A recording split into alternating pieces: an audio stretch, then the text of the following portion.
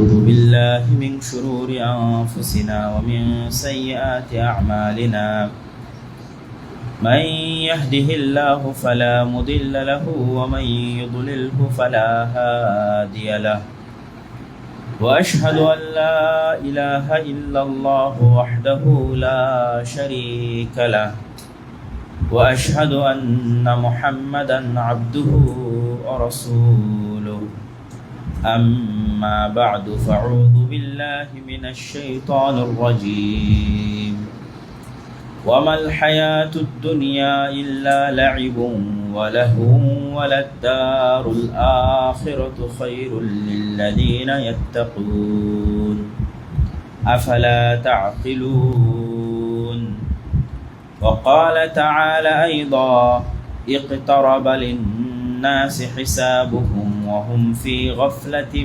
معرضون وقال تعالى أيضا في كلامه المجيد وفرقانه الحميد ومن الناس من يشتري لهو الحديث ليضل عن سبيل الله بغير علم ويتخذها هزوا أولئك لهم عذاب مهين وقال تعالى أيضا في كلامه المجيد فخلف من بعدهم خلف أضاعوا الصلاة واتبعوا الشهوات فسوف يلقون غيا যাবতীয় প্রশংসা হামদ সানা মহাপরাক্রমশালী আল্লাহ সুবহানাহু ওয়া তাআলার জন্য, সকলেই বলি আলহামদুলিল্লাহ। দরুদ ও সালাম বর্ষিত হোক পৃথিবীর সর্বশেষ সর্বশ্রেষ্ঠ রাসূল আহমদ মুহাম্মদ মুস্তাফা সাল্লাল্লাহু আলাইহি ওয়াসাল্লামের প্রতি। আজকের অত্র মসজিদে আমাদের সংক্ষিপ্ত জুমার খুতবায় আমরা কয়েকটি গুরুত্বপূর্ণ বিষয় আলোচনা করব। একটি, আমরা যে মাসে অবস্থান করছি মুহররম মাস, সেই মাস সম্পর্কে, এবং চলমান যেই ফিতনার মধ্যে দিয়ে আমরা অতিক্রম করছি, যেটিকে আমরা বিশ্বকাপ ফুটবল হিসেবে অভিহিত করছি, সেটি সম্পর্কে এবং আরও কিছু গুরুত্বপূর্ণ বিষয়ে আমরা আজকের এই খুতবায় আলোচনা পেশ করার চেষ্টা করব ইনশাআল্লাহুল আজিজ। ওয়া তাওফীকি ইল্লা বিল্লাহিল আলিয়্যিল আযীম।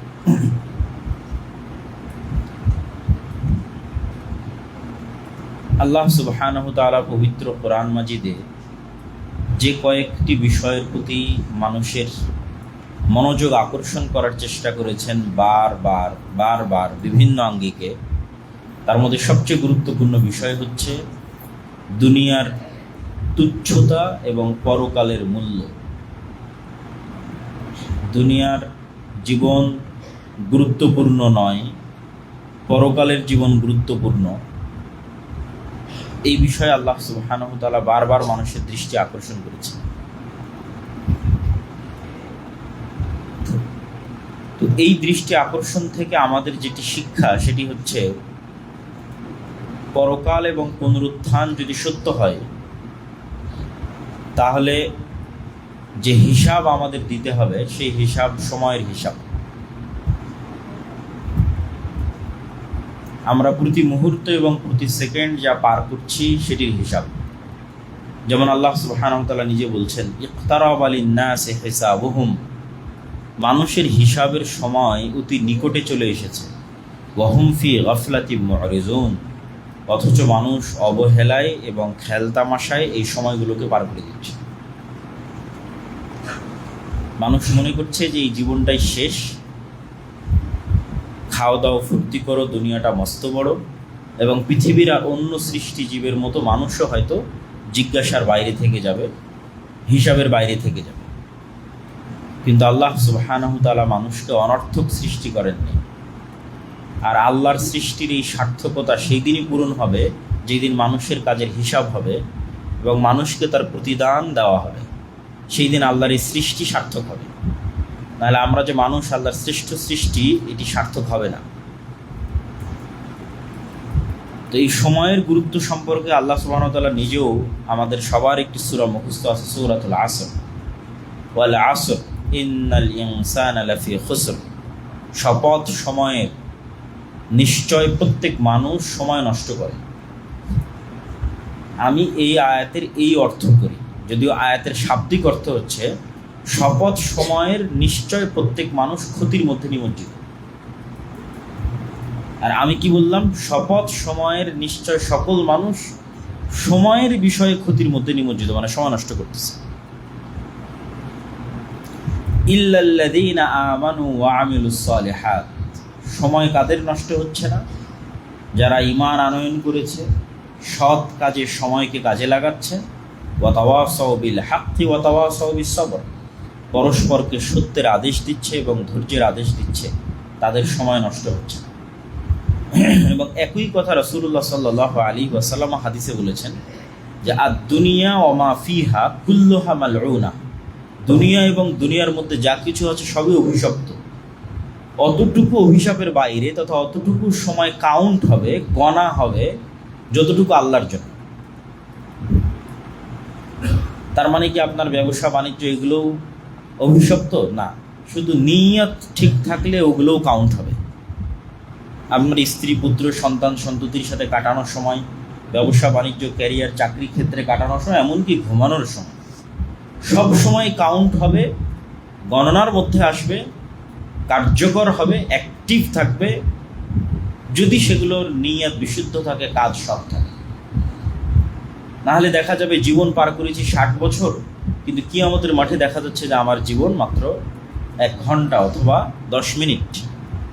কেননা ওই একটা ঘন্টাই আসলে আমি আল্লাহর জন্য ব্যয় করেছিলাম।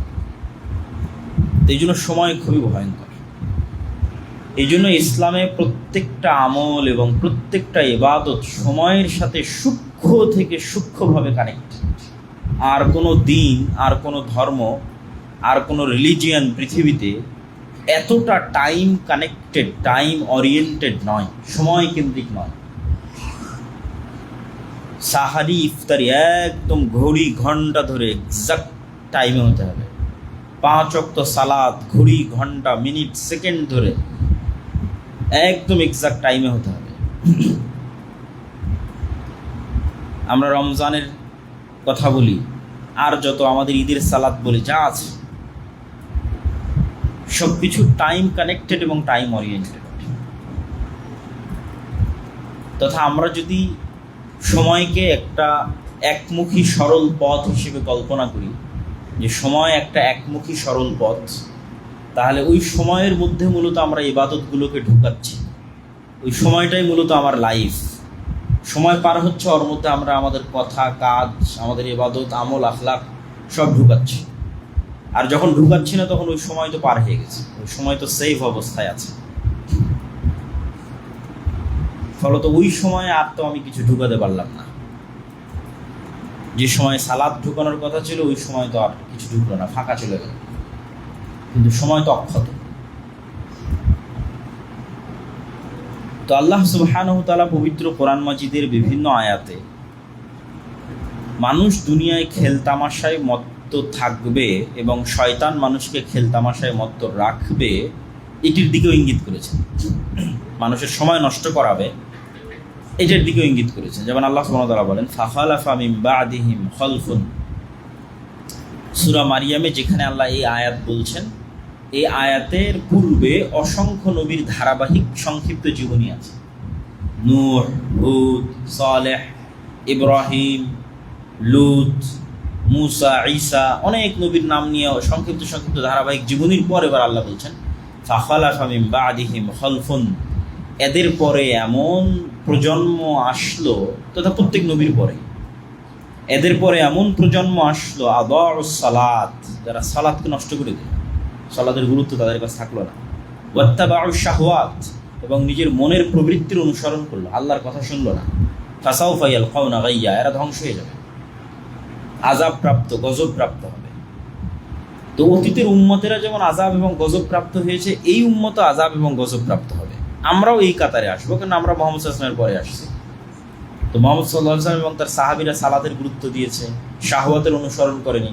কিন্তু আমরা যারা পরবর্তীতে অনুসরণ করতেছি 1400 বছর পর, আমাদের কাছে সালাত অবহেলিত এবং আমাদের মনের প্রবৃত্তি প্রাধান্যপ্রাপ্ত, তাহলে অতীতে চলে যাওয়া জাতির মতো তো আমরা গজবপ্রাপ্ত হওয়ার হকদার। সে গজব কোথায়? তো উম্মতে মুহাম্মাদির গজব মূলত বিধর্মীদের উম্মতে মুহাম্মাদির উপর চাপিয়ে দেওয়া। আল্লাহ আমাদের উপর শাসন করার দায়িত্ব দিবেন বিধর্মীদের। এটা হলো উম্মতে মুহাম্মাদির উপর গজবের ধরন। অথবা মুসলমান পরস্পরে গৃহযুদ্ধ।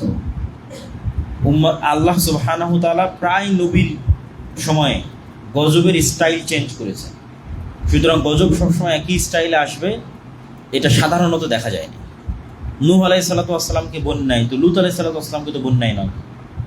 পরবর্তীতে আর কোনো নবীর ক্ষেত্রে বন্যা আসেনি, মানে গজবের ফরম্যাটে বন্যা আসেনি। লূত আলাইহিস সালাতু ওয়াস সালামকে শহর উল্টিয়ে দেওয়া হয়েছে। পরবর্তী আর কোনো নবীর গজবের ক্ষেত্রে এই ফরম্যাট আসে। হুদ আলাইহিস সালাতু ওয়াস সালামের কওমকে বিকট আওয়াজ, সালেহ আলাইহিস সালাতু ওয়াস সালামের কওমকে ঝড়ো বাতাস, তথা কোনো এক নবীর ক্ষেত্রে ঝড়ো বাতাস, কোনো এক নবীর ক্ষেত্রে বিকট আওয়াজ। আবার যখন আসহাবুল ফিল আসতো তখন উপর থেকে পাখি দিয়ে পাথর। তাহলে উম্মতে মুহাম্মাদির ক্ষেত্রে কি? উম্মতে মুহাম্মাদির ক্ষেত্রে কি ভূমিকম্প হয়ে মাটির নিচে ধসে যাবে, বন্যা হয়ে ডুবে যাবে? না। উম্মতে মুহাম্মাদির ক্ষেত্রে আযাবের ফরম্যাট হচ্ছে বিধর্মীরা আপনাকে শাসন করবে, অথবা আমরা নিজেরা গৃহযুদ্ধ করে পরস্পরকে হত্যা করি। এই আযাব কেন আসবে? আদাউস সালাত, যখন সালাত অবহেলিত হবে, মনের প্রবৃত্তির অনুসরণ হবে। আল্লাহ সুবহানাহু ওয়া তাআলা আরেক আয়াতে বলেন, ওমিনান নাসি মান ইয়াশতারি লাহওয়াল হাদিস লিউদিল্লা আন সাবিলিল্লাহ। মানুষদের মধ্যে একদল মানুষ আছে যারা লাহওয়াল হাদিস কিনে। লাহওয়াল হাদিসের ব্যাখ্যায় ইবনে কাসির রাহিমাহুল্লাহ বলছেন, প্রত্যেক যে কাজ মানুষকে আল্লাহর স্মরণ থেকে দূরে রাখে তার সবই লাহওয়াল হাদিস। মোবাইলের গেম থেকে শুরু করে, ফেসবুক স্ক্রলিং থেকে শুরু করে, মুভি সিরিজ থেকে শুরু করে, খেলা দেখা থেকে শুরু করে, যে কোনো কিছু যা মানুষকে আল্লাহর স্মরণ থেকে গাফেল করে দেয় তা লাহওয়াল হাদিস। ওমিনান নাসি মান ইয়াশতারি লাহওয়াল হাদিস লিউদিল্লা আন সাবিলিল্লাহ। যারা লাহওয়াল হাদিসে ব্যস্ত হয়ে যায়, বা স্বাভাবিক বাংলা বললে অপ্রয়োজনীয় কথাও কাজে ব্যস্ত হয়ে যায়। মিন হুসনি ইসলামিল মারই তারকু মা লা ইয়ানি। একজন মুসলমানের সবচেয়ে ভালো গুণ কি? যা অপ্রয়োজনীয় তা পরিত্যাগ করে দিবে। কথা অপ্রয়োজনীয় বাদ বলবে না, গীবত, তোহমত, অপবাদ, আড্ডা, কমেন্ট, ফেসবুক অপ্রয়োজনীয় বাদ দিয়ে দিবে। যেটা শোনা অপ্রয়োজনীয় সেটা বাদ দিয়ে দিবে, যেটা দেখা অপ্রয়োজনীয় সেটা বাদ দিয়ে দিবে। পুরো জীবন হবে কি কেন্দ্রিক? পরকাল কেন্দ্রিক, যেটা সবচেয়ে গুরুত্বপূর্ণ। খায়রুন ওয়া আবকা, সর্বশ্রেষ্ঠ এবং চিরস্থায়ী। ওই জীবন তৈরিতে ফোকাস থাকবে যে আমার পরকালীন জীবন আমি বিল্ড আপ করতেছি, তৈরি করতেছি। এখানে আরো একটা জিনিস আমরা এই আলোচনার সাথে সম্পৃক্ত করতে চাই, সেটি হচ্ছে মানুষ সৃষ্টির পিছনে আল্লাহর তাৎপর্য, মহত্ব, ইচ্ছা এবং উদ্দেশ্য। ওয়াইদ ক্বালা রাব্বুকা লিল মালাইকাতি ইন্নী জাইলুন ফিল আরদি খলিফা ক্বালু আতাজআলু ফীহা মান ইউফসিদু ফীহা ওয়া ইয়াসফিকুদ দিমা ওয়া নাহনু নুসাব্বিহু বিহামদিকা ওয়া নুকদ্দিসু লাক। আল্লাহ ফেরেশতাদের ডেকে বললেন, আমি পৃথিবীতে নতুন প্রতিনিধি তৈরি করতে চাই। পৃথিবীর প্রতিনিধি, পৃথিবীর দায়িত্বশীল। এতদিন পৃথিবীর প্রতিনিধি ছিল জিনেরা। তো ফেরেশতারা বললেন, আপনি পৃথিবীতে এমন দায়িত্বশীল পাঠাবেন যারা আবারও ফিতনা, ফাসাদ, রক্তপাত ঘটাবে জিনদের মতো। আল্লাহ বললেন, অথচ আমরা আপনার তাসবিহ এবং তাহলিল পাঠ করছি। তাসবিহ এবং তাহলিল পাঠ তো আমরা করছি, তাহলে নতুন সৃষ্টির কি প্রয়োজন? আল্লাহ বললেন, আমি যা জানি তোমরা তা জানো না। তো তারপরের ঘটনা আপনাদের জানা। সেই ঘটনার সামারি কি? আল্লাহ সুবহানাহু তাআলা মানুষকে জ্ঞান দিলেন, স্বাধীন ইচ্ছা শক্তি দিলেন। এই জ্ঞান আর এই স্বাধীন ইচ্ছা শক্তির মাধ্যমে মানুষ পৃথিবীর আর অন্য সকল সৃষ্টি জীব থেকে আলাদা হয়ে গেল। এটাই মানুষকে পশু থেকে আলাদা করে। মানুষ যদি শুধু খায়, ঘুমায় এবং খেলতামাশায় মত্ত থাকে, তাহলে ওই মানুষ এবং আর একটা পশুর মধ্যে কোনো পার্থক্য নেই। একটা গরু, একটা ছাগল, একটা কুকুর এবং একটা শ্রীগালের মধ্যে কোনো পার্থক্য নেই। পার্থক্য তখনই তৈরি হবে যখন আমরা এই আল্লাহর সৃষ্টি রহস্যকে মাথায় রাখব, যে জ্ঞান এবং স্বাধীন ইচ্ছা শক্তির মাধ্যমে মানুষ কুকুরের থেকে আলাদা, মানুষ শ্রীগালের থেকে আলাদা, গরুর থেকে আলাদা। কেন? মানুষকে জ্ঞান দেওয়া হয়েছে, স্বাধীন ইচ্ছা শক্তি দেওয়া হয়েছে। এই জ্ঞান এবং স্বাধীন ইচ্ছা শক্তিকে কাজে লাগিয়ে মানুষ সবচেয়ে নিকৃষ্ট হতে পারে, আবার এই জ্ঞান এবং স্বাধীন ইচ্ছা শক্তিকে কাজে লাগিয়ে মানুষ ফেরেশতাদের চেয়েও শ্রেষ্ঠ হতে পারে। জিনদের চাইতে, ফেরেশতাদের চাইতে, পৃথিবীর সকল সৃষ্টিজীবীর চেয়ে শ্রেষ্ঠ হতে পারে যখন সে আল্লাহ সুবহানাহু ওয়া তাআলার ওই দায়িত্বের সাথে নিজেকে অ্যালাই করে যে আমি আসলেই আল্লাহ সুবহানাহু ওয়া তাআলা আমাকে পৃথিবীর দায়িত্ব দিয়েছে, আমি সেই দায়িত্বপ্রাপ্ত, আমার জীবনের একটা উদ্দেশ্য আছে। এবং এই দায়িত্বের সবচেয়ে বড় প্রমাণ কি? আল্লাহ সুবহানাহু ওয়া তাআলা আসমান এবং জমিন এবং তার মধ্যে যা কিছু আছে সব কিছুকে মানুষের অধীনস্থ করে দিয়েছে। সুবহানাল্লাযী সাখখারা লানা হাযা, আমাদের অধীনস্থ। আসমান বৃষ্টি বর্ষণ করে আমাদের জন্য, জমিন ফসল উৎপাদন করে আমাদের জন্য, নদী প্রবাহিত হয় আমাদের জন্য, মৌমাছি মধু সংগ্রহ করে আমাদের জন্য, আমাদের আশেপাশে যা আছে সব আমাদের সেবা এবং আমাদের খেদমতে নিয়োজিত। কেন? আমরা এই পৃথিবীর দায়িত্বশীল, পৃথিবীর দায়িত্বপ্রাপ্ত, পৃথিবীর নেতা। এই সব সৃষ্টি আমাদের কাছে আমানত। তো এই যে আল্লাহ সুবহানাহু ওয়া তাআলার মহৎ উদ্দেশ্য এবং তাৎপর্য, এইটার শত্রু হচ্ছে ইবলিস। সে চায় মানুষকে তার মৃত্যুর কথা ভুলিয়ে দিতে, পরকালের কথা ভুলিয়ে দিতে এবং আল্লাহর স্মরণ থেকে মানুষকে গাফিল করে দিতে। এবং আজকের যুগে আপনি চিন্তা করেন, আপনি ইউরোপ আমেরিকা ঘুরেন অথবা যে কোনো বিশ্বের যে কোনো জায়গায় যান, যে ইবলিস যে সাকসেসফুলি মানুষকে রব্বুল আলামিন থেকে ডিসকানেক্ট করে দিয়েছে, পৃথিবীর প্রত্যেকটা ধর্ম আজকে ধুকে ধুকে মরতেছে ইসলাম ছাড়া। কেউ যায় না চার্চে, কয়জন যায়? কেন? শয়তান এমন সব টেকনোলজি এবং স্ট্র্যাটেজি তাদের হাতে উঠিয়ে দিয়েছে যে জীবনেও কোনোদিন না মরা পর্যন্ত মরার কথা স্মরণ হবে না। জুয়া, মদ, আড্ডা, নেশা, মোবাইল, মুভি, ইন্টারনেট, খেলা, অসংখ্য কিছু, সবসময় প্রতিনিয়ত ব্যস্ত।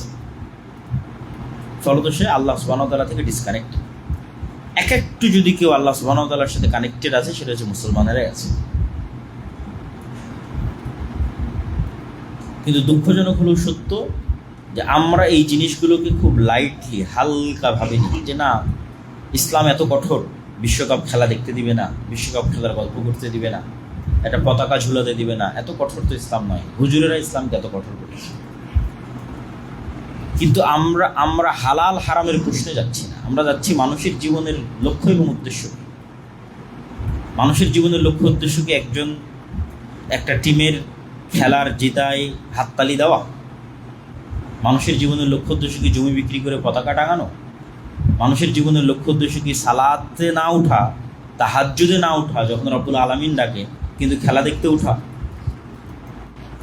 মানে মানুষের জায়গা কোথায় ছিল আর মানুষ নেমে গেছে কোথায়? আসফালা সাফিলিন, সর্বনিম্ন স্তরে নেমেছে এবং শয়তান নামিয়ে দিয়েছে সাকসেসফুল। এবং এখান থেকে অন্তত কিছু না বোঝা গেলেও একটা জিনিস বোঝা যায়, যে দাজ্জালের সকল আলামত জানার পরেও, দাজ্জালের কাফের পড়ার পরেও মানুষ পাগলের মতো দাজ্জালের অনুসরণ করবে। আমাদের চোখের সামনে আমরা দেখতেছি। মানুষ যুক্তিতর্ক দিয়েই তো এই জিনিসগুলোকে নিজের জন্য, নিজের আনন্দ এবং উৎসবের জন্য কাজে লাগানোর চেষ্টা করতেছে। এবং ভক্তি এবং শ্রদ্ধার সর্বোচ্চ পর্যায়ে পৌঁছে যাচ্ছে। এবং এটাই কিন্তু আমাদেরকে আমাদের গোলামির দিকে এগিয়ে নিয়ে যাচ্ছে, বা গোলামির রাস্তা আমাদের জন্য সামনে অবধারিত এই রকম প্রজন্মের জন্য। এবং আমি এই জন্যই বহু বক্তব্যে বলেছি যে উম্মতে মুহাম্মাদি এখন বানু ইসরাইলের যুগ অতিক্রম করতেছে। যেই বানু ইসরাইলের যুগের কথা আল্লাহ কোরআনে বারবার বলে রেখেছে, এত লম্বা সময় যাবৎ বানু ইসরাইলের ঘটনা বলার কি প্রয়োজন? মুহাম্মদ সাল্লাল্লাহু আলাইহি ওয়াসাল্লাম বলেছে উম্মতে মুহাম্মাদ একদিন বানু ইসরাইল হবে। আর আমার অ্যানালাইসিস যে এখন সেই যুগ অতিক্রম হচ্ছে। অবশ্যই আল্লাহর দয়া এবং আল্লাহর রহমতে মুসলমানেরা এই যুগ থেকে বের হবে, কিন্তু যুগ এখন ওটাই বানু ইসরাইলের যুগ। দেখবেন যে গাজারও আপনি এমন শিশু পাবেন, সৌদি, কুয়েত, কাতার, বাহরাইন, দুবাই তো পরিপূর্ণ, যাদের উপর বম নিক্ষেপ করে হত্যা করা হচ্ছে, তাদেরও পাবেন যে গায়ে গেঞ্জি দিয়ে আছে, বিধর্মী কোনো খেলোয়াড়। ওই ভক্তি এবং ওই শ্রদ্ধা তাদের অন্তরে বিরাজ করছে এবং ওইটা নিয়েও ব্যস্ত আছে।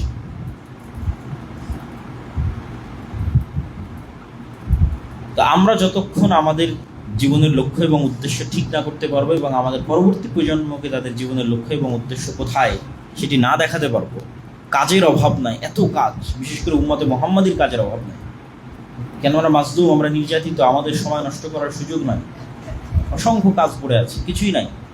এই একটা বাংলাদেশের মতো যে রাষ্ট্র, এই রাষ্ট্রেরই স্বাধীনতা এবং সার্বভৌমত্বের কোনো গ্যারেন্টি নেই। বাংলাদেশের মাটিতে বসে এখন একদল মানুষ বক্তব্য দিচ্ছে যে পলাশবাড়ির মতো জায়গায় বিশ্ববৃহৎ যে মন্দির নির্মাণ হচ্ছে, মূর্তি নির্মাণ হচ্ছে, ওইটা নির্মাণে যারা বাধা দিচ্ছে তাদেরকেই বাংলাদেশ থেকে বের করে দেওয়া হবে, তথা মুসলমানদেরকে বাংলাদেশ থেকে বের করে দেওয়া হবে। তো বাংলাদেশেরই তো স্বাধীনতা এবং সার্বভৌমত্বের কোনো গ্যারেন্টি নেই, এবং এই জিনিসগুলোকেও ছোট হিসেবে দেখার সুযোগ নাই। কেন ছোট হিসেবে দেখার সুযোগ? সবসময় বলি যে অন্য আর একটা জাতি কি করছে আর আপনি কি করছেন, এটার তুলনা। কেন সে বিজয়ী হবে না আর কেন আপনি পরাজিত হবেন না? যদিও বাঙালিদের সাথে রাম কেন্দ্রিক অথবা রাম নবমী কেন্দ্রিক যে সংস্কৃতি, এটির খুব একটা চর্চা নাই, কলকাতার হিন্দুদের মতোও ছিল না। সবচেয়ে বড় করে যে পুজো উদযাপিত হয় পশ্চিমবঙ্গে সেটা হচ্ছে দুর্গা পূজা। দুর্গা, কালী, সরস্বতী, এগুলো হচ্ছে বাঙালিদের, হিন্দুদের উদযাপিত দেবদেবীর নাম। আর রাম, কৃষ্ণ, বিষ্ণু এগুলো হচ্ছে উত্তরপ্রদেশের, রাজস্থানের, অযোধ্যার ওই সমস্ত অঞ্চলের হিন্দুদের কালচার। দুর্গাপূজা যেইভাবে পশ্চিমবঙ্গের হিন্দুরা উদযাপিত করে, রামনবমী কিন্তু এইভাবে উদযাপিত করে না, বরং অনেক ছোট পরিসরে, এখন পলিটিক্যাল কারণে হচ্ছে।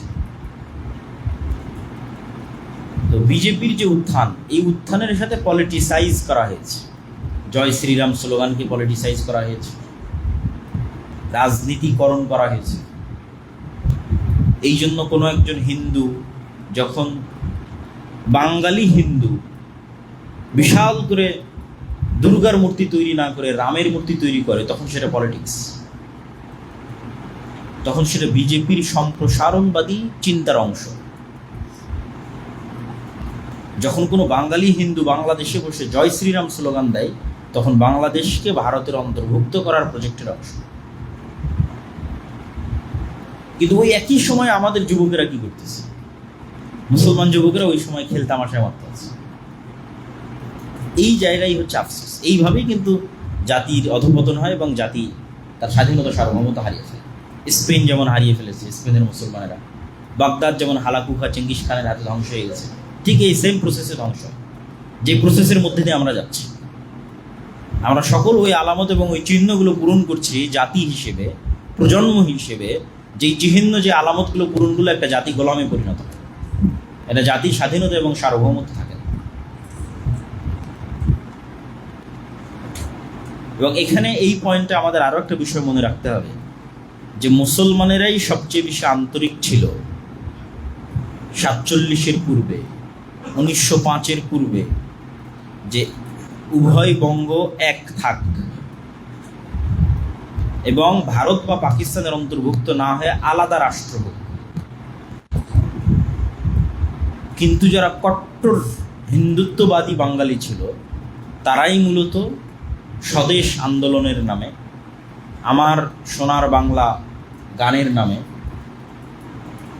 এবং তাদের মতো আর যত কবি এবং সাহিত্যিক আছে, তারা উভয় বাংলাকে এক রাখতে চেয়েছে, স্বাধীন হিসেবে নয়, ভারতের অধীনস্থ হিসেবে। তখনই শেরে বাংলা একে ফজলুল হক এবং হোসেন শহীদ সোহরাওয়ার্দী, তাদের মধ্যে শত মতভেদ থাকলেও তখন তারা সিদ্ধান্ত নিল যে না, এটা হলে আমরা আগে যে ডাবল কলোনির অধীনে ছিলাম, দুইটা কলোনি, একটা কলোনি ব্রিটিশ, আবার ব্রিটিশরা সব দায় দায়িত্ব দিয়ে রেখেছিল হিন্দু জমিদারদের, তাহলে আমরা হচ্ছে 3 নাম্বার। আমাদের উপরে 2টা কলোনির স্তর আছে। আমাদের উপরে আছে হিন্দু জমিদাররা, তার উপরে আছে ব্রিটিশ ইংরেজরা। এই 2টা কলোনির বিরুদ্ধে ফাইট করেছে আমাদের বাপদাদারা 190 বছর, যখন আমাদের জমি জায়গারও স্বীকৃতি ছিল। 1905 সালে কম দুঃখে এই বঙ্গের মুসলমানেরা বাংলাকে আলাদা করার জন্য আন্দোলন করেনি। তাহলে 1947 নয়, তারও আগে এই বাংলার মুসলমানেরা চিন্তা করেছিল যে না, আমরা হিন্দুদের সাথে থাকতে পারবো, হিন্দু জমিদারদের সাথে আমাদের পক্ষে থাকা সম্ভব নয়, থাকলে মাজলুম অবস্থায় থাকতে হবে। সুতরাং বাঙালি পরিচয়ের নামে, কলকাতার বাঙালি সংস্কৃতির নামে যে উভয় বাংলাকে এক করার একটা প্রবণতা, এইটা আমাদের বাপদাদাদের 190 বছর যে 2টা কলোনির বিরুদ্ধে তারা লড়াই করেছে, হিন্দু জমিদারদের বিরুদ্ধে এবং ব্রিটিশ ইংরেজদের বিরুদ্ধে, তার বিরুদ্ধে অবস্থান। এবং এটা গভীর ষড়যন্ত্র। তো এই ষড়যন্ত্রের মোকাবেলা আপনি জ্ঞান, পড়াশোনা, যুক্তি তর্ক, সচেতনতা এগুলো ছাড়া করতে পারবেন।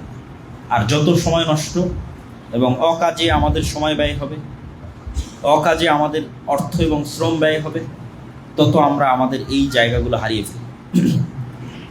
যেই জায়গায় ইহুদিরা এগিয়ে আছে, যেই জায়গায় হিন্দুরা এগিয়ে আছে পথভ্রষ্ট হওয়ার পর, সেই জায়গায় সত্য এবং সঠিক পথে থাকার পরও মুসলমানরা শুধু শয়তানের প্ররোচনায় পা দিয়ে পিছিয়ে পড়ছে। এখানে আর 2-1টা হাদিস বলে আমার এই পয়েন্টের আলোচনা শেষ করব। রাসূলুল্লাহ সাল্লাল্লাহু আলাইহি ওয়াসাল্লাম বলেন, ইগতানিম খামসান ক্বাবলা খামসিন, 5টা জিনিসের পূর্বে 5টা জিনিসকে মূল্যায়ন করো। শাবাবাকা ক্বাবলা হারামিক, বয়োবৃদ্ধ হওয়ার পূর্বে যৌবনকালকে মূল্যায়ন করো। সিহহাতাকা ক্বাবলা সাকামিক, অসুস্থ হওয়ার পূর্বে সুস্থতাকে মূল্যায়ন করো। ওয়া গিনাকা ক্বাবলা ফাকরিক, আর হাতে যখন টাকা আছে তখন সেই টাকাকে মূল্যায়ন করো দরিদ্র হওয়ার পূর্বে। ওয়া ফারাগাকা ক্বাবলা শুগলিক, আর ব্যস্ত হওয়ার পূর্বে হাতে যে ফাঁকা সময় আছে, অবসর সময় আছে, এটাকে মূল্যায়ন করো। ওয়া হায়াতাকা ক্বাবলা মাউতিক, আর মৃত্যু আসার পূর্বে জীবনকে মূল্যায়ন করো। তথা এই সব জিনিসগুলো আমাদের সময়ের গুরুত্ব তুলে ধরে এবং আমাদের যৌবনকালের গুরুত্ব তুলে ধরে। রাসূল সাল্লাল্লাহু আলাইহি সাল্লাম বলেন, লা তাযুলু কাদামা আবদিন ইয়াওমাল কিয়ামা হাত্তা ইউসালা আন উমরিহি ফিমা আফনাহু। কিয়ামতের মাঠে মানুষকে 5টা প্রশ্নের মুখোমুখি হতে হবে। তার সময় কোথায় পার করেছে, জ্ঞান অনুযায়ী কি কাজ করেছে, সম্পদ কোথায় থেকে অর্জন করেছে এবং সম্পদ কোথায় ব্যয় করেছে, এবং তার শরীরকে কোন কাজে ক্ষয় করেছে। তো যে যৌবনকাল, সময়, বয়স, এটাকে কোথায় সে ব্যয় করেছে। তো সময়ের প্রশ্নে মানুষকে জবাবদিহিতার মুখোমুখি হতেই হবে। এই জন্য আমরা উদাত্ত আহ্বান জানাই যে আমরা যেন আল্লাহর মহৎ সৃষ্টির যে উদ্দেশ্য, পৃথিবীর প্রতিনিধিত্ব করার যে দায়িত্ব এবং উম্মতে মুহাম্মাদি হিসেবে মানুষকে জান্নাতের পথে নিয়ে যাওয়ার যে দায়িত্ব, এইটা সম্পর্কে সচেতন হই এবং আমাদের আশেপাশে মানুষ যে সময় নষ্ট করতেছে, কাজ নাই, চায়ের স্টলে, অফিসে, আদালতে, ফেসবুকে খেলা দেখায়, তাদেরকে এবং নিজেরাও হেদায়েত হওয়া এবং তাদেরকেও হেদায়েত করার চেষ্টা করে। তারা সময়গুলোকে কাজে লাগাক, জ্ঞান অর্জন করুক, পড়াশোনা করুক। অন্য আর কোনো বিশ্ববিদ্যালয়ে আপনি এই দৃশ্য দেখতে পাবেন না। বিশ্বের উন্নত বিশ্ববিদ্যালয় যে উন্মাদনা আপনি বাংলাদেশের ঢাকা বিশ্ববিদ্যালয়ে দেখতে পাবেন, অক্সফোর্ড, ক্যামব্রিজ, হার্ভার্ড কোনো বিশ্ববিদ্যালয়ে পাবেন না এই ধরনের উন্মাদনা। তাহলে আমরা কোথায় এবং তারা কোথায়? আর আমরা বক্তব্যের শেষ অংশে এসে যেটা আলোচনা করতে চাচ্ছি সেটা হচ্ছে মুহররম। আল্লাহ সুবহানাহু ওয়া তাআলা 4টি মাসকে হারাম করেছেন এবং পবিত্র কোরআনে আয়াত অবতীর্ণ করে সেটা স্পষ্ট করেছেন। ইন্না ইদ্দাতাশ শুহুরি ইনদাল্লাহ 12 শাহরান ফি কিতাবিল্লাহ। যেই দিন থেকে আল্লাহ আসমান এবং জমিন সৃষ্টি করেছেন ওই দিন থেকে আল্লাহর গণনায় মাস হচ্ছে 12টি। যেই দিন থেকে আল্লাহ আসমান এবং জমিন সৃষ্টি করেছেন ওই দিন থেকে লাউহে মাহফুজে আল্লাহ সুবহানাহু ওয়া তাআলার গণনায় মাস 12টি। অর্থাৎ 12 মাস মানুষের আবিষ্কার নয়, আল্লাহর নির্ধারণ। পৃথিবী যেদিন থেকে সৃষ্টি হয়েছে সেই দিন থেকে। মিনহা আরবাআতুন হুরুম, আর ওই দিন থেকে 4টা মাস হারাম। হারাম শব্দের অর্থ হচ্ছে রেস্ট্রিক্টেড, নিষিদ্ধ। অনেক সময় কোনো কিছু নিষিদ্ধ হয় নিকৃষ্টতার কারণে, আর অনেক সময় কোনো কিছু নিষিদ্ধ হয় সম্মানের কারণে। নিষিদ্ধ মানে নিকৃষ্টতা নয়, কখনো নিষিদ্ধ হয়েছে সম্মানের কারণে। যেমন আপনারা বলেন যে মাহরাম, মেয়ের সাথে মাহরাম যেতে হবে। মাহরাম মানেও কিন্তু হারাম। কি হারাম? ওই মেয়ের সাথে যার বিবাহ হারাম, সে তার মাহরাম। যেমন মেয়ের সাথে তার পিতার বিবাহ হারাম, নিষিদ্ধ। তো এই নিষিদ্ধ মানে একজন আরেকজনের জন্য নিকৃষ্ট না। হারাম কখনো নিকৃষ্টতার কারণে এবং কখনো সম্মানের কারণে। তাহলে ঠিক তেমনি সম্মানের কারণে হারাম কি? প্রাইম মিনিস্টার যে এরিয়ায় আছে, সংসদ ভবন যে এরিয়া আছে, রেস্ট্রিক্টেড এরিয়া, ক্যান্টনমেন্ট যে এরিয়া আছে, নিকৃষ্ট হওয়ার কারণে রেস্ট্রিক্টেড না, অনেক দামি হওয়ার কারণে রেস্ট্রিক্টেড।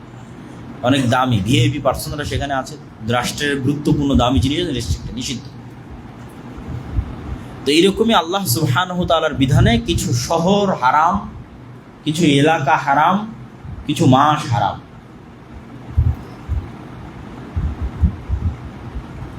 তো আল্লাহ সুবহানাহু ওয়া তাআলার নির্ধারণে যেই মাসগুলো হারাম তার মধ্যে একটি গুরুত্বপূর্ণ মাস হচ্ছে মুহররম। পরপর 3 মাস, দুল কায়দা, দুল হিজ্জা এবং মুহররম। তো এই হারাম মাসগুলোর সম্মান হচ্ছে, হারাম মাসে যুদ্ধ বিগ্রহ নিষিদ্ধ। যুদ্ধ বিগ্রহ নিষিদ্ধ মানে নিজে থেকে শুরু করা নিষিদ্ধ। এটাই হারাম মাসের সম্মান, যে কোনো মুসলিম শাসক, কোনো মুসলিম খলিফা এই 4 মাসে নিজে থেকে যুদ্ধ স্টার্ট করতে পারবে না, বরং তার কোনো যুদ্ধ বন্ধ করার ক্ষমতা থাকলে বন্ধ করবে এই 4 মাসে। আর যদি যুদ্ধ চাপিয়ে দেওয়া হয় তথা আমার উপর কেউ হামলা করতেছে, তখন তার কিছু করার নেই। তখন আল্লাহ অনুমতি দিয়েছে যে ঠিক আছে, যতটুকু তোমাদের উপর জুলুম হচ্ছে তোমরা ততটুকু জুলুমের প্রতিবাদ করো। কিন্তু নিজে থেকে হারাম মাসে যুদ্ধ শুরু করা যাবে, মারামারি গন্ডগোল ফাটাফাটি শুরু করা যাবে, শান্তি বিরাজ রাখতে হবে। এবং এই বিধান মক্কার মুহাম্মদ সাল্লাল্লাহু আলাইহি ওয়াসাল্লাম আসার পূর্বের কাফেররা অনুসরণ করত। কাফের মুশরিকদের কাছে হারাম মাসের গুরুত্ব ছিল। আর হারাম এরিয়া হচ্ছে মক্কা এবং মদিনা। মক্কাকে হারাম করেছে ইব্রাহিম আলাইহিস সালাম, মদিনাকে হারাম করেছে মুহাম্মদ সাল্লাল্লাহু আলাইহি ওয়াসাল্লাম।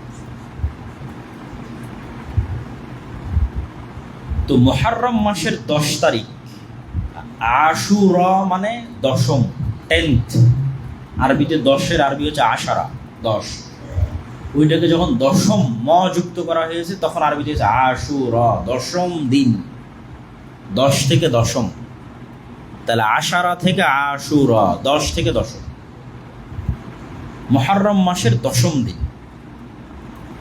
তো মুহররম মাসের দশম দিনের কি গুরুত্ব? এমনি অসংখ্য জয়ীফ হাদিস আছে, জাল হাদিস আছে, যে সব কিছুই মুহররম মাসের 10 তারিখ। আল্লাহ পৃথিবী সৃষ্টি করেছে এই দিনে, পৃথিবী ধ্বংস হবে এই দিনে, আদম সৃষ্টি করেছেন এই দিনে। এরকম অসংখ্য কিছু রিওয়ায়াত আছে যেগুলো সরাসরি নির্ভরযোগ্য সূত্রে প্রমাণিত নয়। নির্ভরযোগ্য সূত্রে প্রমাণিত কি? নির্ভরযোগ্য সূত্রে প্রমাণিত একটাই, সেটা হচ্ছে ইয়াউমা নাজাল্লাহু সুবহানাহু তাআলা ইয়া বানি ইসরাঈল আযকুরু নি'মাতি আল্লাতী আন'আমতু আলাইকুম, হে বানু ইসরাইল স্মরণ করো আমার নিয়ামতের কথা। ওয়া ইয নাজ্জাইনাকুম মিন আলি ফিরআউন ইয়াসুমুনাকুম সুআল আযাব ইযাববিহুনা আবনাআকুম ওয়া ইস্তাহইউনা নিসাআকুম ওয়া ফী যালিকুম বালাউম মির রাব্বিকুম আযীম। স্মরণ করো সেই দিনের কথা যেই দিন আমি তোমাদের ফিরআউন থেকে মুক্তি দিয়েছিলাম। ফিরআউন কি করতো? ইয়াসুমুনাকুম সুআল আযাব, নিকৃষ্ট আযাব দিত তোমাদের। কিভাবে আযাব দিত? ইযাববিহুনা আবনাআকুম, তোমাদের ছেলে সন্তানদের জবাই করতো। ওয়া ইস্তাহইউনা নিসাআকুম, তোমাদের মেয়েদের বাঁচিয়ে রাখতো। কি দয়ায় বাঁচিয়ে রাখতো মেয়েদের? না, একদিকে পুরুষকে হত্যা করা হচ্ছে, আর একদিকে পরিবারের সম্মান, মেয়েদেরকে বাঁচিয়ে রাখা হচ্ছে দাসত্ব করার জন্য, প্র্যাকটিক্যাল দাসত্ব করার জন্য, আর পুরুষদেরকে হত্যাই করা হচ্ছে। তাহলে মেয়েদেরকে বাঁচিয়ে রাখা হচ্ছে লাঞ্ছনা, যে একটা জাতির লাঞ্ছনা এবং একটা পরিবারের লাঞ্ছনার সবচেয়ে বড় আলামত যে ওই বাড়ির স্ত্রী, ওই বাড়ির মেয়ে, ওই বাড়ির মা মানুষের দাস, মানুষের দাস। রিযাববিহুনা আবনাআকুম, তোমাদের পুরুষদের হত্যা করেছে। ওয়া ইস্তাহইউনা নিসাআকুম, তোমাদের মেয়েদের বাঁচিয়ে রাখা হচ্ছে দাস হিসেবে। এই ভয়ঙ্কর শাসকের নাম হচ্ছে ফিরআউন। আমি মুক্তি দিয়েছি। ওয়া ইয ফারাকনা বিকুমুল বাহরা, সমুদ্রকে চিরে দিয়েছি তোমাদের জন্য, যেন তোমরা ফিরআউনের কবল থেকে মুক্তি পাও। ওয়া আগরাকনা আলা ফিরআউন, আর ফেরাউনকে ডুবিয়ে দিয়েছে এই সমুদ্রে। তাহলে পৃথিবীর ইতিহাসে যতগুলো বড় ঘটনা আছে তার মধ্যে বিশাল বড় ঘটনা হচ্ছে বানু ইসরাইলের মুক্তি পাওয়া আর ফেরাউনের ডুবে যাওয়া মুসা আলাইহিস সালাতু ওয়াস সালামের মধ্যে, এবং সমুদ্র চিরে দ্বিখণ্ডিত হয়ে যাওয়া। এই ঘটনা যেই দিন ঘটেছে সেটাই মহরমের 10 তারিখ। এবং আজও ইহুদিদের কাছে এই দিন খুবই সম্মানিত, এবং তারা এই দিনের যে নামে তারা উদযাপন করে সেটা হচ্ছে ইয়ম কিপ্পুর। হিব্রু ভাষায় যেটাকে আমরা আশুরা বলছি ওটাকেই বলা হয় ইয়ম কিপ্পুর। তো রাসূলুল্লাহ সাল্লাল্লাহু আলাইহি ওয়াসাল্লাম যখন মদিনায় গেলেন তখন মদিনার ইহুদিরা এই দিনে সিয়াম পালন করত, তখন রমজানের সিয়াম আসেনি। তো রাসূল সাল্লাল্লাহু আলাইহি ওয়াসাল্লাম বললেন, তোমরা কেন এই দিনে সিয়াম পালন করো? তো বললো এই ঘটনা। তো আল্লাহ নবী বললেন, ফানাহনু আহাক্কু আওলা বিমূসা মিনকুম, বলছে মুসার খুশিতে খুশি হওয়ার হকদার তোমাদের চাইতে আমি বেশি। কেন মুসা যেই তাওহীদের দাওয়াত দিত, যেই সিরাতে মুস্তাকিমের দাওয়াত দিত, এবং যেই ধারাবাহিক নবুয়তের ধারাবাহিকতায় মুসা, তারপরে আরও পরে ঈসা আলাইহিস সালাতু ওয়াস সালাম, সেই ধারাবাহিকতায় আমি মুহাম্মদ সাল্লাল্লাহু আলাইহি ওয়াসাল্লাম। তাহলে মূলত মুসা আলাইহিস সালাতু ওয়াস সালামের সকল কষ্টে কষ্ট পাওয়ার এবং সকল খুশিতে খুশি হওয়ার মূল হকদার হচ্ছে আমি। কেন তোমরা এখন নামে মুসা আলাইহিস সালাতু ওয়াস সালামের অনুসারী, কিন্তু কাজে পথভ্রষ্ট, অভিশপ্ত। তো রাসূল সাল্লাল্লাহু আলাইহি ওয়াসাল্লাম সিয়াম পালন করলেন এবং ইহুদিদের বিরোধিতার খাতিরে একদিন আগে অথবা একদিন পরে আর একটা সিয়াম তিনি অতিরিক্ত করে দিলেন। 10ম দিনের আগে 9 তারিখ অথবা 10ম দিনের পরে 11 তারিখ, যাতে আহলে কিতাব তথা ইহুদিদের থেকে মুসলমানের ইবাদত একটু হলেও আলাদা হয়। তো রাসূলুল্লাহ সাল্লাল্লাহু আলাইহি ওয়াসাল্লাম দুটো হাদিস, আফজালুস সিয়াম বা'দা রমাদান শাহরুল্লাহিল মুহাররম, রমাজানের পরে আল্লাহর নিকটে সবচেয়ে শ্রেষ্ঠ সিয়াম হচ্ছে মুহররম মাসের সিয়াম। আর আরেকটা হাদিসে রাসূল সাল্লাল্লাহু আলাইহি ওয়াসাল্লাম বলেন, সিয়াম ইয়াউমা আশুরা আহতাসিবু আলাল্লাহ আন ইউকাফফিরা সানাতাল্লাতী ক্বাবলাহ। আমরা কিছুদিন পূর্বে আরাফার সিয়াম রেখেছিলাম 1 বছর আগের এবং 1 বছর পরের গুনাহ, আর রাসূল সাল্লাল্লাহু আলাইহি ওয়াসাল্লাম এটাতে বলছেন আশুরাতে 1 বছর পূর্বের গুনাহ। আল্লাহ সুবহানাহু ওয়া তাআলা আশুরার একদিন সিয়ামে মানুষের 1 বছরের পূর্বের গুনাহ ক্ষমা করে দেবেন। কিন্তু দুঃখের বিষয় হচ্ছে এই আশুরাকে নিয়ে আমাদের সমাজে অনেক আকীদাগত বিভ্রান্তি আছে, আর এই বিভ্রান্তির একটা ঘটনাও আছে কাকতালীয়। সেটি হচ্ছে হুসাইন রাদিয়াল্লাহু তাআলা আনহুর মৃত্যু। হাসান এবং হুসাইন রাদিয়াল্লাহু তাআলা আনহুমার প্রতি ভালোবাসা ঈমানের অঙ্গ, আলী রাদিয়াল্লাহু তাআলা আনহুর প্রতি ভালোবাসা ঈমানের অঙ্গ, সকল সাহাবীদের প্রতি ভালোবাসা ঈমানের অঙ্গ। আল্লাহর নবীর পরিবার পরিজনের প্রতি বিদ্বেষ পোষণ করা কাফের হওয়ার আলামত, মুনাফিক হওয়ার আলামত। কিন্তু মুহাম্মদ সাল্লাল্লাহু আলাইহি ওয়াসাল্লামকে যেমন যিশু খ্রিস্টের জায়গায় বসানো যাবে না, ঠিক তেমনি মুহাম্মদ সাল্লাল্লাহু আলাইহি ওয়াসাল্লামের কোনো সাহাবীকেও যিশু খ্রিস্টের জায়গায় বসানো যাবে না। যিশু খ্রিস্টকে তথা ঈসা আলাইহিস সালাতু ওয়াস সালামকে খ্রিস্টানরা কোথায় বসিয়েছে? এমন উঁচুতে নিয়ে চলে গেছে যে সারা পৃথিবীর সব মানুষের গুনাহ নিয়ে ঈসা আলাইহিস সালাতু ওয়াস সালাম মারা গেছে, নাউজুবিল্লাহ। এই জন্য ঈসা আলাইহিস সালাতু ওয়াস সালামের মৃত্যুকে উদযাপন করা, কাছাকাছি ওই সেম থিওরিতে চলে গেছে একদল বিভ্রান্ত মুসলমান হুসাইন রাদিয়াল্লাহু তাআলা আনহুর মৃত্যুকে নিয়ে। অথচ হুসাইন রাদিয়াল্লাহু তাআলা আনহুর চেয়ে অবশ্যই শ্রেষ্ঠ আশারায়ে মুবাশশার বিল জান্নাহ, জান্নাতের সুসংবাদ প্রাপ্ত 10 জন সাহাবী। অন্তত তার নিজের পিতা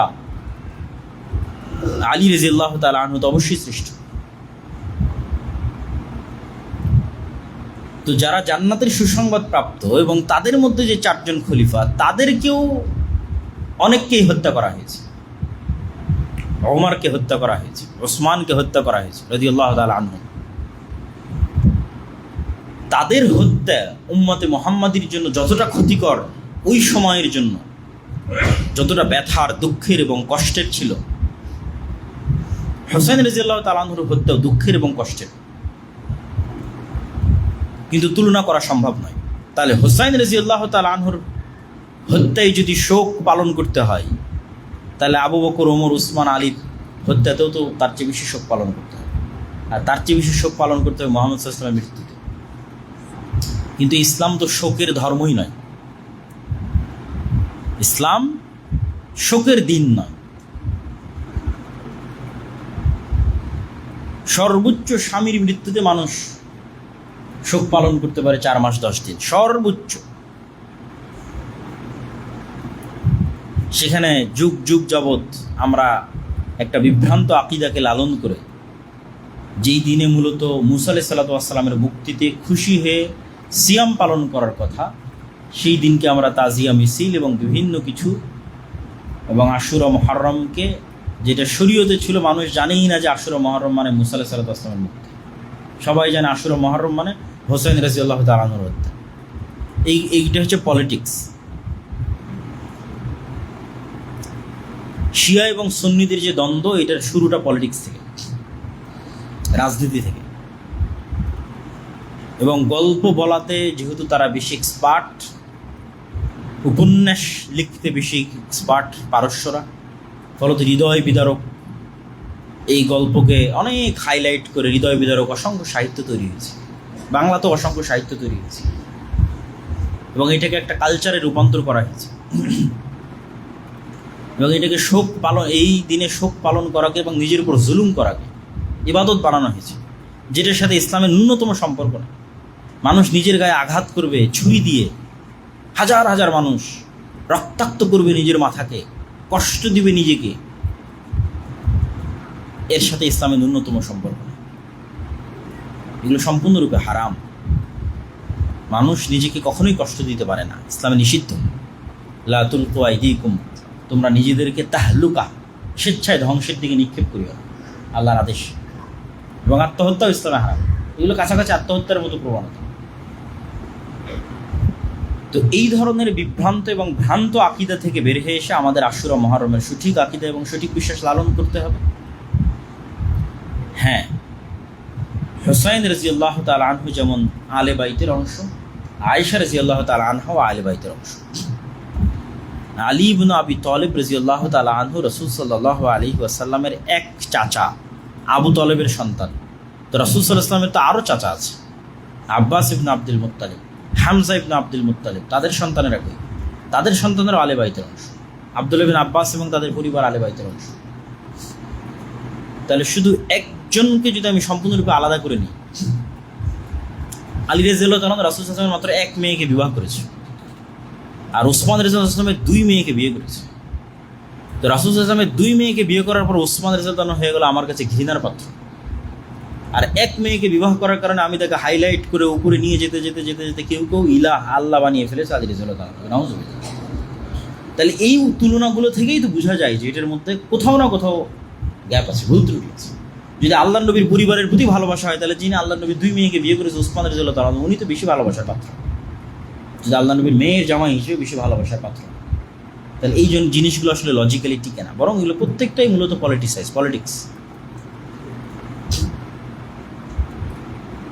হ্যাঁ, এটা ঠিক যে যেই মুহূর্তে হুসাইন রাদিয়াল্লাহু তাআলা আনহুকে হত্যা করা হচ্ছে, ওই মুহূর্তের শাসক ইয়াজিদ, কিন্তু উমাইয়াদের দারুল খেলাফা হচ্ছে দামেস্ক। আর নিহত হচ্ছেন হুসাইন রাদিয়াল্লাহু তাআলা আনহু ইরাকে। ইরাক থেকে সিরিয়ার দূরত্ব ভালোই, এবং মধ্যে মরুভূমি থাকায় যাওয়ার রাস্তা অনেক ক্রিটিক্যাল। ফোরাত নদীর তীর ধরে ঘুরে যেতে হয়। ইব্রাহিম আলাইহিস সালাতু ওয়াস সালাম যখন ইরাক থেকে সিরিয়াতে হিজরত করেছিলেন, তখনও ওনাকে এইভাবে ঘুরে আসতে হয়েছে।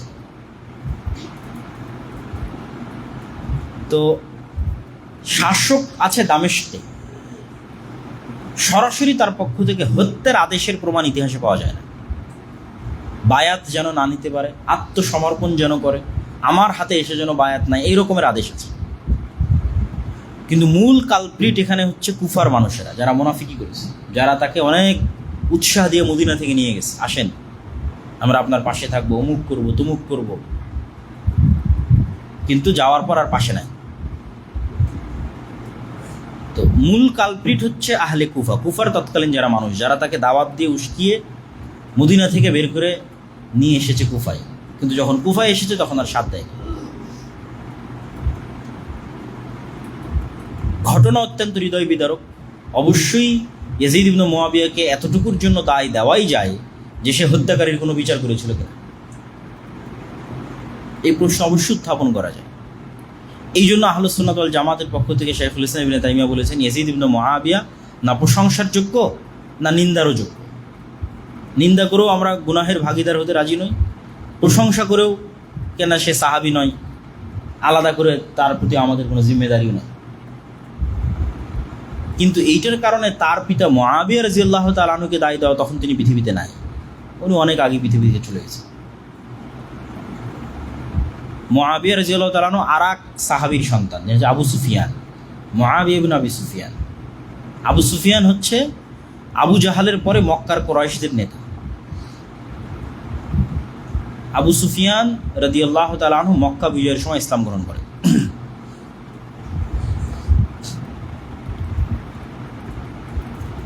এবং আবু সুফিয়ান রাদিয়াল্লাহু তাআলা আনহু এবং তার সন্তান মুআবিয়া রাদিয়াল্লাহু তাআলা আনহু রাসূল সাল্লাল্লাহু আলাইহি ওয়াসাল্লামের অনেক নিকটস্থ এবং অনেক কাছে। যারাই পূর্বে কাফের থেকে মুসলমান হয়েছে, তাদের কারো প্রতি বিদ্বেষ রাখার সুযোগ নাই। তার পূর্বের কাফের অবস্থার কারণে কি জন্য সুযোগ নাই?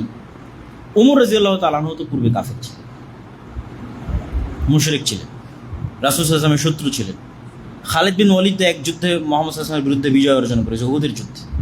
পরে খালিদ বিন ওয়ালিদ তো সব যুদ্ধে মুসলমানদের নেতৃত্ব দিয়েছে। আজ যতদূর পর্যন্ত মুসলমানদের সীমানা সবই খালিদ বিন ওয়ালিদের অবদান। তাহলে যেই কারণে আপনি ওমর রাদিয়াল্লাহু তাআলা আনহুকে ঘৃণা করতে পারেন না, খালিদ বিন ওয়ালিদকে পারেন না, ওই কারণে আবু সুফিয়ান এবং মুআবিয়া বিন আবু সুফিয়ানকে পারেন না। বরং ঘৃণা করা তো বহু দূরের কথা, ঘৃণা রাখলে মানুষ কাফের হয়ে যেতে পারে। এই জন্য একটা প্রশ্নের উত্তরে একজন সালাফ বলেছেন যে ওমর ইবনে আব্দুল আজিজ বেশি শ্রেষ্ঠ না মুআবিয়া বিন আবি সুফিয়ান বেশি শ্রেষ্ঠ? কেন ওমর ইবনে আব্দুল আজিজের শাসনকালকে মানুষ খোলাফায়ে রাশেদার শাসনকালের সাথে তুলনা করত, অথচ ওমর ইবনে আব্দুল আজিজ সাহাবী নয়, উমাইয়া খেলাফতের একজন শাসক। তখন একজন সালাফে সালিন উত্তরে বলেছেন যে ওমর ইবনে আব্দুল আজিজের সারা জীবনের আমল আর মুআবিয়া বিন আবি সুফিয়ানের একটা সিজদা যারা রাসূল সাল্লাল্লাহু আলাইহি ওয়াসাল্লামের সাথে দিয়েছে, দুটোর তুলনা হবে না। সাহাবীদেরকে ওই সর্বোচ্চ মর্যাদার জায়গাতেই রাখতে হবে। ফলত এই নিকৃষ্ট পলিটিক্সের মধ্যে ঢুকে ঈমান হারানো অত্যন্ত বড় একটি শয়তানের ষড়যন্ত্র। এই ষড়যন্ত্রে আমাদের পা দেওয়া যাবে না। আল্লাহ সুবহানাহু ওয়া তাআলা আমাদের মুহররমের 10 তারিখের যে সঠিক ইতিহাস সেটি জানার এবং মুসা আলাইহিস সালাতু ওয়াস সালামের যে মুক্তি, এই মুক্তিতে আনন্দিত হয়ে সিয়াম পালন করার তৌফিক দান করুক আল্লাহুম্মা আমিন। আর বক্তব্যের শুরুতে আমরা যে আলোচনা করেছি, আমাদের দুনিয়ার জীবনের যে খেলতামাশার মাধ্যমে আমাদের মৃত্যুকে ভুলিয়ে রাখতে চাই শয়তান, আল্লাহর স্মরণ থেকে আমাদের গাফিল করতে চাই, শয়তানের সেই প্রজেক্টগুলোর আমরা অংশ হচ্ছে, আমাদের সময় নষ্ট করছে, আমাদের যুবক সমাজ সময় নষ্ট করছে। অথচ হিন্দু এবং ইহুদিরা কি করতেছে সেটা থেকে আমরা সম্পূর্ণরূপে গাফেল। এই যে গোলামির রাস্তা আমরা অবলম্বন করতেছি, বানু ইসরাইল হয়ে যাচ্ছে, বানু ইসরাইলদের মতো গোলামের রাস্তায় চলে যাচ্ছে। এটা বিষয়ে আমাদের সচেতনতা তৈরি করতে হবে এবং আল্লাহ সুবহানাহু ওয়া তাআলার সাথে সম্পৃক্ত হওয়ার মাধ্যমে জ্ঞান, গবেষণা, পড়াশোনা, কাজ, প্রোডাক্টিভিটি এগুলো নিয়ে ব্যস্ত থাকতে হবে। আল্লাহ সুবহানাহু ওয়া তাআলা আমাদের সেই তৌফিক দান করুক আল্লাহুম্মা আমিন।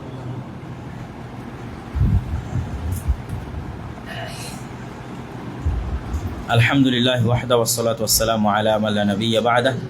ইয়া আইয়ুহাল্লাযীনা আমানু সাল্লু আলাইহি ওয়া সাল্লিমু তাসলিমা। আল্লাহুম্মা সাল্লি আলা মুহাম্মাদ ওয়া আলা আলি মুহাম্মাদ কামা সাল্লাইতা আলা ইব্রাহিম ওয়া আলা আলি ইব্রাহিম ইন্নাকা হামিদুম মাজিদ। ربنا ظلمنا أنفسنا وإن لم تغفر لنا وترحمنا لنكونن من الخاسرين. ربنا ظلمنا أنفسنا وإن لم تغفر لنا وترحمنا لنكونن من الخاسرين. ربنا آتنا في الدنيا حسنة وفي الآخرة حسنة وقنا عذاب النار. ربنا آتنا في الدنيا حسنة وفي الآخرة حسنة وقنا عذاب النار. رب ارحمهما كما ربياني صغيرا. رب ارحمهما كما ربياني صغيرا. رب ارحمهما كما ربياني صغيرا. اللهم انصر المسلمين المؤمنين المظلومين المجاهدين في فلسطين. اللهم انصر المؤمنين المسلمين المظلومين المجاهدين في فلسطين. اللهم اخذل اليهود والنصارى والكفرة والمشركين. اللهم اخذل اليهود والنصارى والكفرة والمشركين. اللهم احفظ بلادنا وبلاد سائر المسلمين. اللهم احفظ بلادنا وبلاد سائر المسلمين.